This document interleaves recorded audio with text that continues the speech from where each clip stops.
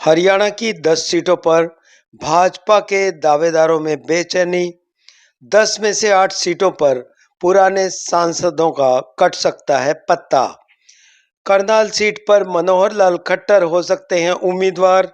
हरियाणा की सियासत में संजय भाटिया का तबादला।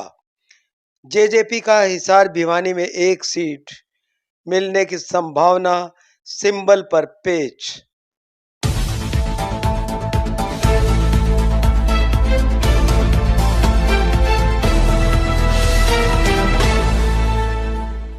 दिल्ली में बिना गरजे एकाएक 5 में से 4 सीटों पर पड़े ओले। उनका असर हरियाणा की सियासी मौसम को अब कंपकपाने लगा है। एक दिन बाद चुनाव समिति की बैठक है, परंतु भाजपा के दावेदारों की सांसें पल पल अटकी हुई हैं। दिल्ली की तर्ज पर यहाँ भी आबोहवा दिखी तो 10 में से 8 सीटों पर पुराने सांसद बैक टू द पेवेलियन हो सकते हैं। मौजूदा सांसदों में अधिकांश के कानों में नरेंद्र मोदी के वो चेतावनी भरे बोल गूंजने लगे हैं, जिनमें खुद को बदल लो वरना बदले जाओगे बोलकर चेताया गया था। हरियाणा की 10 सीटों में दावेदारों को मिलने वाली टिकटों में सबसे पहले हिसार लोकसभा सीट की बात करते हैं, तो यहाँ बृजेंद्र सिंह की टिकट पर संकट माना जा रहा है। इसका कारण भी बीरेंद्र सिंह के बोल और सांसद बृजेंद्र सिंह की कार्य प्रणाली को ही माना जा रहा है। सिरसा लोकसभा सीट से सांसद सुनीता दुग्गल की बजाय अशोक तंवर को मैदान में उतारा जा सकता है। इसका कारण अशोक तंवर का हाल ही में आम आदमी पार्टी से भारतीय जनता पार्टी में शामिल होना और अंबाला से बंतो कटारिया को टिकट मिला, तो एक ही सीट महिला कैंडिडेट के हिस्से आने वाली है। रोहतक लोकसभा सीट से अरविंद शर्मा की टिकट भी संकट में है, जबकि भिवानी महेंद्रगढ़ में भूपेंद्र यादव को टिकट मिलने की बजाय राजस्थान के अलवर लोकसभा सीट की टिकट मिलने पर अन्य दावेदार का रास्ता साफ हो गया है।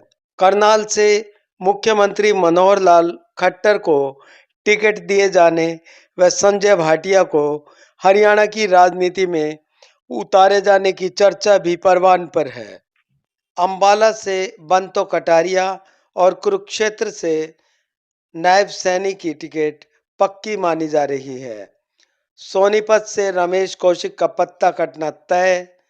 गुरुग्राम से इंद्रजीत सिंह की स्थिति मजबूत, तो फरीदाबाद से भी मौजूदा सांसद के लिए अच्छी खबर हो सकती है।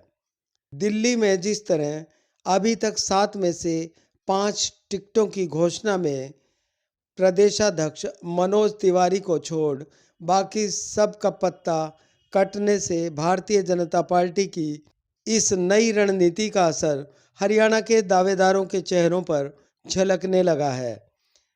अब इंतज़ार है तो बस हरियाणा की 10 लोकसभा सीटों पर उम्मीदवारों के ऐलान का। इन्हीं सीटों में एक सीट के लिए जननायक जनता पार्टी को भी उतना ही बेसब्री से इंतज़ार है जितना कि भारतीय जनता पार्टी के दावेदार कर रहे हैं। चर्चा यह है कि भारतीय जनता पार्टी अगर एक सीट जेजेपी को देती भी है तो वो अपने ही सिंबल पर चुनाव लड़वा सकती है। अब देखना यह है कि आने वाले दिनों में जननायक जनता पार्टी और भारतीय जनता पार्टी का गठबंधन किस राह की ओर होगा और कौन सी राह अख्तियार करने वाला है। कल 6 मार्च को होने वाली भारतीय जनता पार्टी की चुनाव समिति की बैठक जेपी नड्डा की मौजूदगी में कौन सा गुल खिलाने वाली है, कौन से दावेदार की टिकट कटने वाली है और किस दावेदार के सियासी कपाट खुलने वाले हैं, ये अभी इंतज़ार का विषय है। आपकी राय का हमें इंतज़ार है। पेज एट नून चैनल को सब्सक्राइब करना ना भूलें। शुक्रिया।